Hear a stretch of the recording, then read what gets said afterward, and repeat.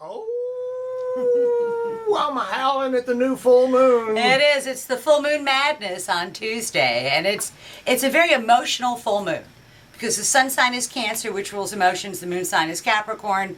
That's the opposite sign, and it always brings matters to some kind of climax, for good or for ill, depending on how it aspects your planet. So for Cancer is the sign we are still in. This is all about them and their partnerships and their intimate one-to-one relationships. And some sort of adjustment needs to be made. I'm not sure whose needs are not being met, the Cancer or the partners, but there's going to be some sort of come to some kind of consensus meeting as this week goes on as a result of that energies. For Leos, it's a good time to take a step back and regroup. It's a good time for Leos to remove themselves from whatever circumstance they're in, try and detach themselves from the emotions of it, and have a very clear plan on how they are going to progress without the benefit of emotions in a strictly business or financial matter, and to get what it is that they want. Gotcha. For Virgos, it is in their 11th house of hopes, wishes, goals, and objectives. And this is a choice for Virgo between old love and new love. And I'm going to tell you, Virgo, you're better off going with the old love rather than the new love. The old love will be a lot more consistent for you.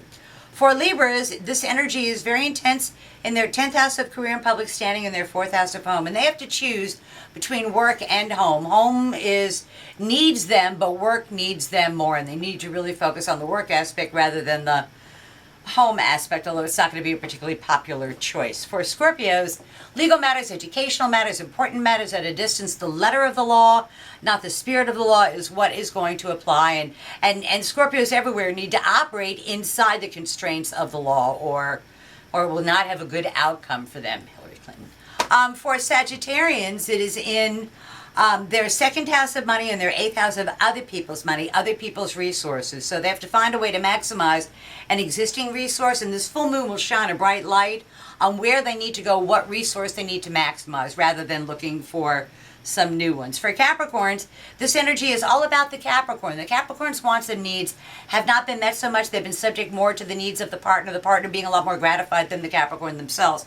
Well, this full moon goes to the Capricorn, hey, what about me? What about my wants and my needs? And they're going to put their needs at the top of any relationship question issues. For Aquarians, very interesting because it's in their 12th house of their own undoing and their 6th house of work and responsibility. They have responsibilities that they need to attend to, that they need to deal with, that they've either been procrastinating or not wanting to really face. And this full moon will shine a bright light on exactly who's on your side and who is not on your side, and who you need to work with and who you need to keep at arm's distance. For Pisces, this is a fun full moon for them. It's in their 5th house of love affairs, children, sports, amusements, pleasures, achieving a long-standing hope, wish, goal, or objective. So whatever it is that Pisces have been working very hard on and pretty much been denied on for the last 3 or 4 months comes to be.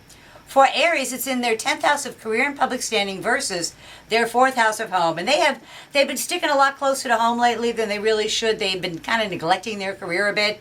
And they need to go ahead and take some sort of positive action to build a new structure inside where it is they work or what it is that they do. For Tauruses, they just want to run away. They just want to they just want to go. They're over everything. They're over the drama, they're over all of the difficulties in their day-to-day living, and they really just want to go someplace, put their feet up, and stay. And I think that's a pretty good plan for them, actually. I have one in my house who's feeling that way. I gotta go.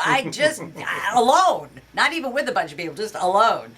For Gemini, the last time we're going to talk about, this is about making more money. This is about them getting more money, making more money, availing themselves of somebody else's resources in order to make more money. So, and if they play their cards right, they see their way clear to have more money at the end of their month instead of more month at the end of their money. So that's tomorrow's news today for the 12 signs of the zodiac with the full moon on Tuesday. Let the full moon keep on shining. Shine on me. See you next week. Always a pleasure.